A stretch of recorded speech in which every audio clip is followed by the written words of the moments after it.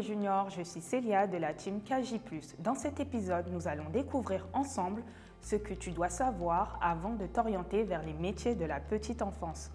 Tu as toujours voulu travailler auprès d'enfants et tu souhaites choisir un métier qui a du sens? Alors, il est important que tu saches quelles sont tes possibilités. Mais avant tout, qu'est-ce qu'un enfant? Un enfant n'est pas un mini-adulte, c'est un être à part entière qui a des droits et des besoins bien spécifiques, afin de grandir et de s'épanouir de sa naissance jusqu'à l'adolescence.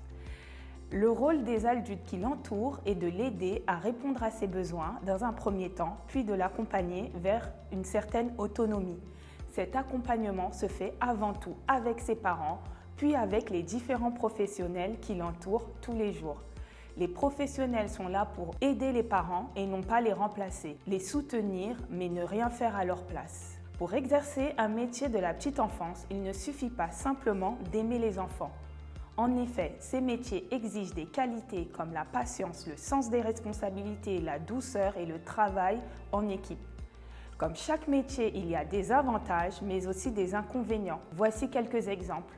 Les avantages: la gratitude des parents et des enfants, la relation et la tendresse apportées par les enfants, les sourires en guise de remerciement, aider à grandir les enfants, les voir évoluer, s'épanouir, participer à préserver leur santé, les lieux d'exercice variés dans tous les secteurs, la santé, le social, l'éducation, comme l'hôpital, la crèche ou encore la pouponnière. Les professionnels peuvent être diplômés du CAP au Bac+5. Dans les métiers de la petite enfance, on a peu de difficultés à trouver un emploi. Les inconvénients: être confronté à la maladie, la souffrance ou même parfois malheureusement le décès d'enfants. Parfois travailler le week-end ou avec des horaires décalés, très tôt le matin, très tard le soir, la fatigue physique, le bruit. Pour savoir si tu as envie de t'orienter vers un métier en lien avec les enfants, voici quelques conseils. Bien se renseigner sur les différents métiers et formations, être en contact régulièrement avec les enfants. Pour cela, je t'invite à faire un peu de babysitting, essayer de trouver des stages si cela est possible, échanger avec des professionnels de la petite enfance s'il y en a dans ton entourage. Félicitations les juniors, maintenant vous avez les clés nécessaires pour faire votre choix d'exercer dans le domaine de la petite enfance. Et c'est parti pour le quiz. Question numéro 1. Un enfant est un mini-adulte, vrai ou faux?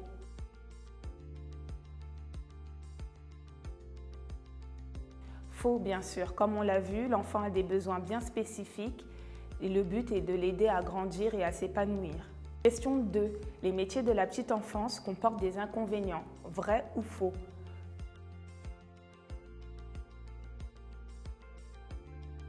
Vrai.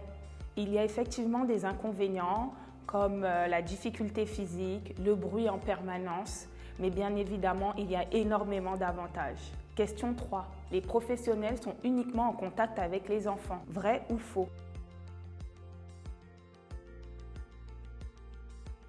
Faux. Les professionnels sont aussi en contact avec les parents. Sans les parents, nous ne pouvons rien faire auprès des enfants. Question 4. Est-ce que tout le monde peut travailler auprès d'enfants?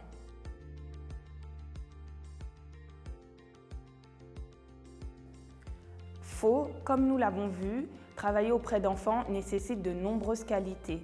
Avant de travailler auprès des enfants, il faut être sûr de les avoir et de les posséder. Question 5. Les différents niveaux de formation sont du CAP au Bac+5. Vrai ou faux?